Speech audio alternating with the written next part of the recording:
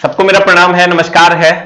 प्यारे बच्चों, हमको ऐसा लगता है पता नहीं क्यों तुम लोग कैसे तैयारी कर रहा है, कैसे तुमको तैयारी करनी चाहिए। मेरी गाइडलाइंस है, तुमको ऐसे तैयारी करनी चाहिए। अब तुम सोच रहा होगा कि सर अपना कोर्स बेचने तो नहीं आ गए, सर अपनी किताबें बेचने में। कुछ हम नहीं बेचने आए हैं। हमको लगता है कि ग्रुप डी की अब जो रेस्ट और समय बचा हुआ है उसमें तुम्हारी क्या स्ट्रेटेजी होनी चाहिए, उस पर हम चर्चा करने आए हैं कि तुमको कैसे कैसे क्या क्या करना चाहिए। सब्जेक्ट वाइज हम चर्चा करने वाले हैं, किस सब्जेक्ट को कैसे पढ़ेंगे, सेट प्रैक्टिस आप कैसे करिए, बचे हुए समय को आप कैसे सार्थक बनाइए, कितना समय है आपके पास। ठीक है, इन सब बातों पर हम लोग चर्चा करने वाले हैं। प्यारे बच्चों, शायद पता नहीं क्यों तुम अस्थिर हो गया है, क्यों तुम ये भूल गया है कि तुमको अपने मम्मी पापा के लिए कुछ करना है, क्यों तुम ये भूल गया है कि तुमको तुम्हारे पड़ोसियों को जवाब देना है। शायद ये सारी चीजें तुम्हारे जहन से उतर रही है। अगर उतर रही है तो उसको जिंदा करो, क्योंकि मेरे दोस्त, अगर तुमको गवर्नमेंट जॉब नहीं लगता है तो तुम्हारे में और मुर्दे में कोई फर्क नहीं रह जाएगा, क्योंकि शायद तुम्हारी जिंदगी जहन्नुम से कम नहीं होगी। तुम्हारे मम्मी पापा जो एक आस लगा के बैठे हुए हैं, उनको निराशा के अलावा कुछ नहीं मिलेगा अगर तुम अभी अस्थिर हो गया। तुम एनटीपीसी का डेट आ गया 7 फेज का, तो ऑब्वियसली ग्रुप डी का एग्जाम होना है। बहुत सारे ट्विटर कैंपेन्स चल रहे हैं, तुम लोग चला रहे हो, सारे लोग एक दूसरे की मदद से ट्विटर कैंपेन चला रहे हैं, तो कहीं ना कहीं इसका रिजल्ट भी आना है। और हर हाल में समझो कि अगस्त लास्ट और सितंबर फर्स्ट में एग्जाम होने की पूर्ण संभावना है, अगर किसी भी प्रकार की अनहोनी नहीं होती है तो। दूसरी बात, अगर हम एग्जाम की बात करें तो हम आपको बोले अगस्त लास्ट या सितंबर फर्स्ट में होने की संभावना है। दूसरी बात की आप सोच रहे होंगे सर कट ऑफ सर इसका बहुत ज्यादा जाता है, इसलिए कि सिंगल एग्जाम है और बहुत दिन से एग्जाम नहीं लिया है, बच्चे तैयारी कर रहे हैं, तो सिंगल एग्जाम है तो कट ऑफ हाई जाएगा। तो इसलिए प्यारे बच्चों, आपको हर हाल में best of the best preparation की ओर बढ़ना पड़ेगा। और कहीं ना कहीं आप बढ़ भी रहे हैं, लेकिन पता नहीं क्यों अब आप अस्थिर हो गए हैं। कहते हैं ना, जब आदमी पहाड़ पे चढ़ता है तो जब मंजिल से थोड़ा सा नजदीक होता है तो थक जाता है, और जो आदमी थक के या तो कुछ लोग लौट जाते हैं या तो वहीं शहीद हो जाते हैं। लेकिन कुछ लोग होते हैं अपनी थकान को मैनेज करते हुए भी पहाड़ पर चढ़ जाते हैं। तो उसी पहाड़ पर चढ़ने के लिए तुमको हर हाल में और ज्यादा मेहनत करने की आवश्यकता है। तो हम आते हैं सर सब्जेक्ट पे कि मैथ में हर चैप्टर से 20 क्वेश्चन कम से कम आप डेली बनाइए। अगर मैथ की बात करें तो हर चैप्टर से आप 20 क्वेश्चन डेली मतलब कोशिश कीजिए कि आज अगर रेशियो एंड प्रोपोर्शन का बना लिए तो अगले दिन हम प्रॉफिट एंड लॉस का बना लेते हैं, अगले दिन हम डीआई का क्वेश्चन बना लेते हैं, अगले दिन हम नंबर सिस्टम का क्वेश्चन बना लेते हैं। तो आप कोशिश कीजिए डेली सर मैथ में किसी एक चैप्टर का 20 क्वेश्चन जरूर सॉल्व कीजिए। एक चैप्टर का मिसलेनियस आप नहीं बनाइए, और लेकिन कोशिश कीजिए कि डेली एक चैप्टर का 20 क्वेश्चन आप कर लें। ऊपर से नीचे नहीं जाना है, ऊपर से ऑर्डर में, मतलब टफ लेवल का नहीं जाना है। लो और मीडियम ग्रेड्स के क्वेश्चंस पूछे जाते हैं ग्रुप डी में, तो लो और मीडियम ग्रेड्स के क्वेश्चंस आप बनाइए तो आपके लिए फायदेमंद होगा। ऐसा नहीं कि पता चला एगो टंकी है, में दूगो पाइप खोल दिए, एगो पाइप अभी बंद किया, एगो 5 मिनट के बाद बंद किया, नहीं, एगो टंकी है, एगो पाइप खुलेगा और कितना पानी का आयतन निकलेगा, इतने ग्रुप डी में पूछता है। ये डायरेक्ट सवाल होते हैं। तो आप लोअर और मिडिल क्लास के प्रश्न को सॉल्व कीजिए और डेली एक चैप्टर का 20 क्वेश्चन आप बनाइए, ये अपने रूटीन में आप डाल लीजिए। उसके बाद रीजनिंग की अगर हम बात करें तो एक से डेली आप मिसलेनियस प्रैक्टिस कीजिए। उसमें मैथ में मिसलेनियस प्रैक्टिस नहीं कीजिए, आप कोशिश कीजिए चैप्टर वाइज प्रैक्टिस करने का, लेकिन रीजनिंग में आप मिसलेनियस प्रैक्टिस कीजिए, क्योंकि सारा टाइप आपका पढ़ा हुआ है। तो आप कोशिश कीजिए इसका मिसलेनियस प्रैक्टिस जितना ज्यादा से ज्यादा हो पाता है आप जरूर से जरूर कीजिए, तो यहां पर आपको बहुत ज्यादा फायदा हो जाएगा। डेली एक सेट का आप मिसलेनियस प्रैक्टिस कीजिए।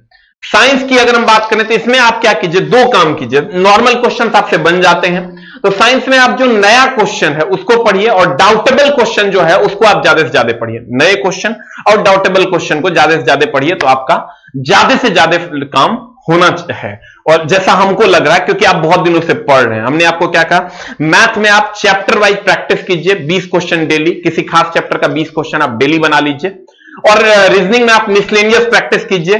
साइंस में आप डाउटेबल क्वेश्चन और नए क्वेश्चन को पढ़िए, क्योंकि जो क्वेश्चन आप बहुत दिन से साइंस पढ़ रहे हैं तो जो क्वेश्चन आपको आता है वो आता है, उसको फिर से पढ़ने की आवश्यकता नहीं है। तो कोशिश कीजिए इन सारे क्वेश्चंस को देखने का। करंट अफेयर्स की अगर हम बात करें तो करंट अफेयर्स में आपको बिना पढ़े भी बन जाएगा कुछ क्वेश्चन। देखो 3 टाइप का करंट अफेयर्स होता है, 1, 2, 3।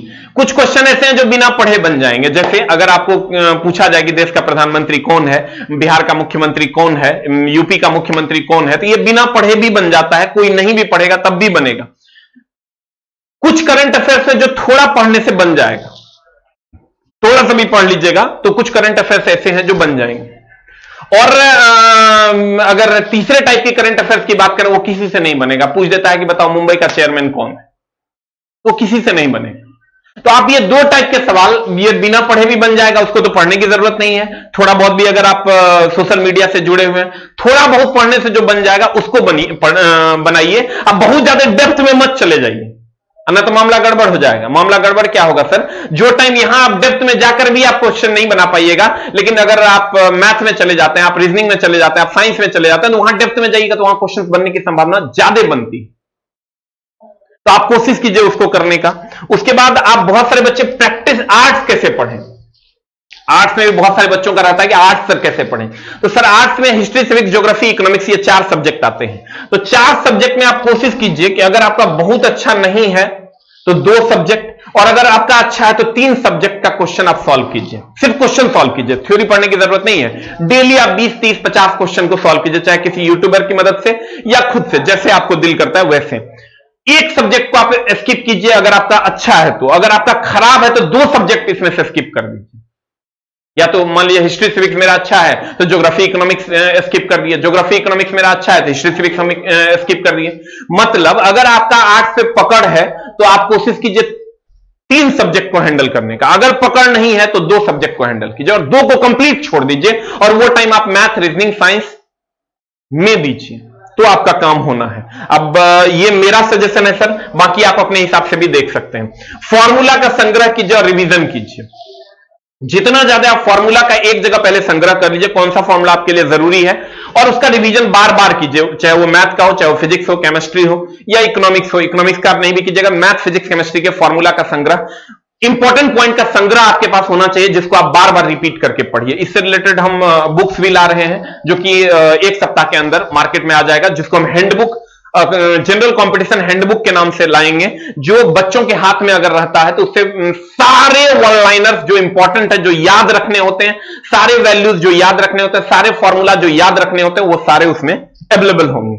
तो ये आप अपने से भी कर सकते हैं, अपने से अगर करिएगा तो और ज्यादा याद रहेगा। फॉर्मूला का संग्रह कीजिए और उसका रिवीजन कीजिए। दूसरा, प्रैक्टिस सेट कैसे बनाएं। ये बच्चों के मन में बहुत बड़ा सवाल होता है कि प्रैक्टिस सेट कैसे बनाएं। आप प्रैक्टिस सेट एक बार में 100 क्वेश्चन आप नहीं बना पाते हैं। क्यों? क्योंकि आपके पास बहुत सारा डाइवर्सन है। आप थोड़ा देर बनाते हैं, उसके बाद किसी टीचर का या तो लाइव आ जाता है या तो फिर कोई काम आ जाता है, क्योंकि आप घर पे हैं, तो प्रॉब्लम होती है। ये दैनिक जीवन की समस्याएं हैं, तो हम ऐसा नहीं कर सकते कि समस्याओं को आप पेड़ पे रख दीजिए। समस्याएं हैं तो उसको झेलना पड़ेगा।